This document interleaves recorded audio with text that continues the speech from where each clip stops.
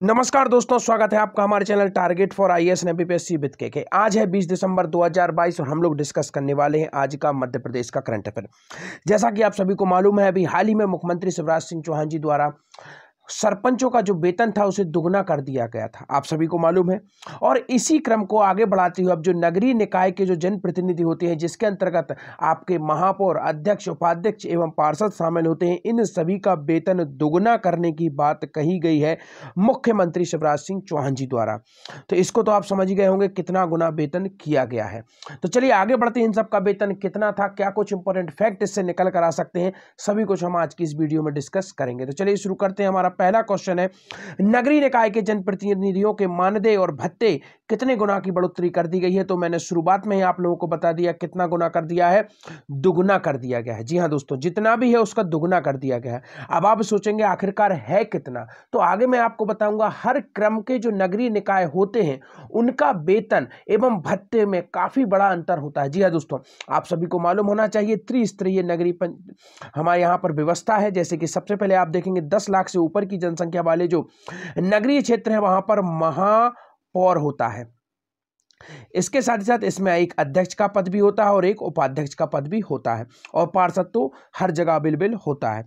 इसके साथ आप देखेंगे 10 लाख से नीचे की जनसंख्या वाले कुछ महानगर है, जिन्हें हम लोग किस नाम से जानते हैं दोस्तों, नगर निगम के नाम से जानते हैं। वहां पर भी सेम एज इट इज होता है। और कुछ आप देखेंगे जिन्हें हम लोग जानते हैं नगर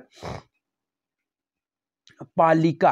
यहां पर प्रमुख कौन होता है दोस्तों, यहां पर महापौर नहीं होता, यहां पर केवल अध्यक्ष होता है, उपाध्यक्ष होता है और पार्षद एडिजेट होता है। और नगर पालिका से भी एक और छोटी इकाई होती है जिसे हम लोग नगर पंचायत या परिषद के नाम से जानते हैं। तो यहां पर भी एज इट इज सेम होता है, पूरी की पूरी प्रोसेस। अध्यक्ष होता है, उपाध्यक्ष होता है और फिर क्या होता है, पार्षद होता है।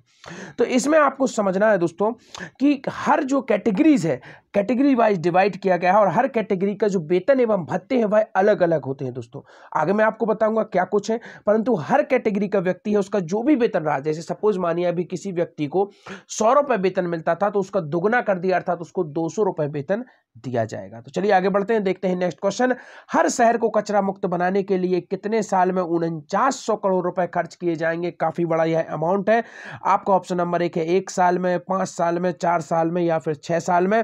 राइट आंसर इज डेट 5 साल में दोस्तों हर शहर को कचरा मुक्त करने के लिए क्या किया जाएगा, 4900 करोड़ रुपए खर्च किए जाएंगे।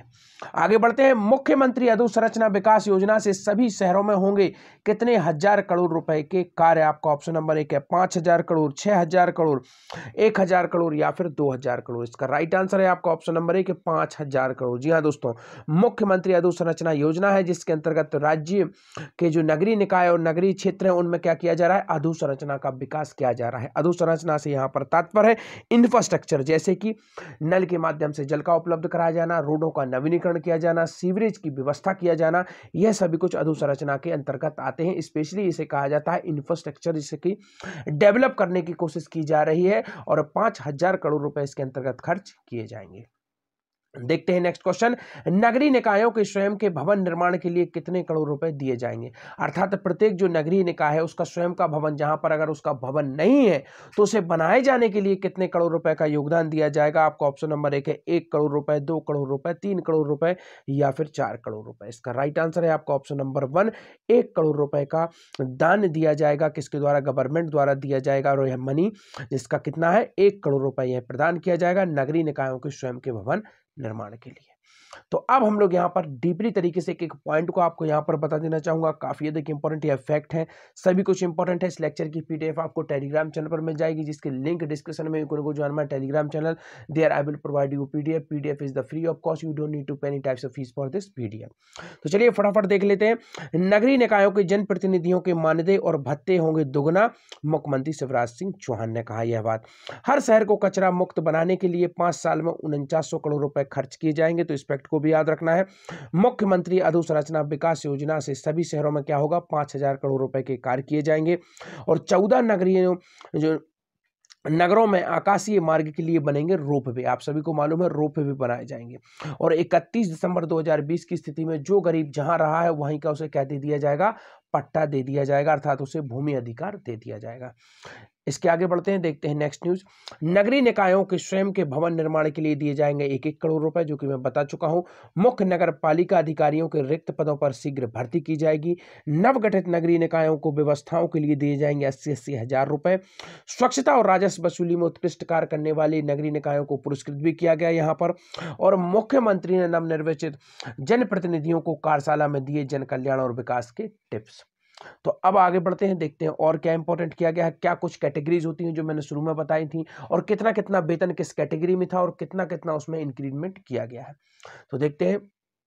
मुख्यमंत्री शिवराज सिंह चौहान ने कहा कि नगरीय निकायों के जनप्रतिनिधियों के मानदेय और भत्ते दुगने की वृद्धि की गई है। 10 लाख से अधिक जनसंख्या की जो नगर पालिका निगम है दोस्तों, उनमें वर्तमान में महापौर का मानदेय कितना था, 11,000 रुपए था, और इसका सत्कार भत्ता भी दिया जाता था 2,500 रुपए।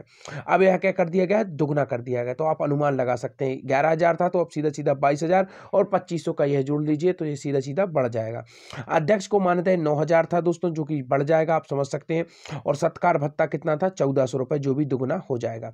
पार्षदों को मानदेय कितना था दोस्तों, 6,000 रुपए मिल रहे थे, यह भी डबल हो जाएंगे। इस फैक्ट को भी आपको याद रखना है। अब देखते हैं 10 लाख से कम जनसंख्या वाले जो नगर पालिका निगम के महापौर हैं, इनका मानदेय भी 11,000 था, यह डबल हो जाएगा 9,000, यहां पर एज इट इज है तो यह डबल हो जाएगा। अब आगे बढ़ते हैं, देखते हैं नेक्स्ट इंपॉर्टेंट। नगर पालिका नगर परिषद है जो दोस्तों, उनमें अध्यक्ष का मानदेय कितना था, 3,000 रुपए था। यह क्या कैटेगरी है, नगर पालिका है, तो यहां पर क्या था, 3,000 रुपए था, और सत्कार भत्ता कितना था, 1,800 रुपए था। उपाध्यक्ष का मानदेय क्या था दोस्तों, 2,400 रुपए था, और सत्कार भत्ता 800 रुपए, और पार्षद का मानदेय कितना था, 1,800 रुपए था। तो यह क्या कर दिया जाएगा, अब डबल कर दिया जाएगा। नगर परिषद के अध्यक्ष को मानदेय कितना था, 2,400 रुपए, सत्कार भत्ता कितना था, 1,100 रुपए, जिसे हम लोग नगर पंचायत के नाम से भी जानते हैं। इसको क्या कर दिया जाएगा, अब डबल कर दिया जाएगा। उपाध्यक्ष को मानदेय कितना था दोस्तों, 2,100 रुपए, सत्कार भत्ता कितना था, 800 रुपए, तो इसको भी क्या कर दिया जाएगा, अब डबल कर दिया जाएगा उपाध्यक्ष का भी। और पार्षद को कितना था दोस्तों, तो पार्षद को था 1,400 रुपए, तो इसका जो भत्ता है वह से दिया नहीं जाता था नगर परिषद में, काफी छोटी इकाई होती है।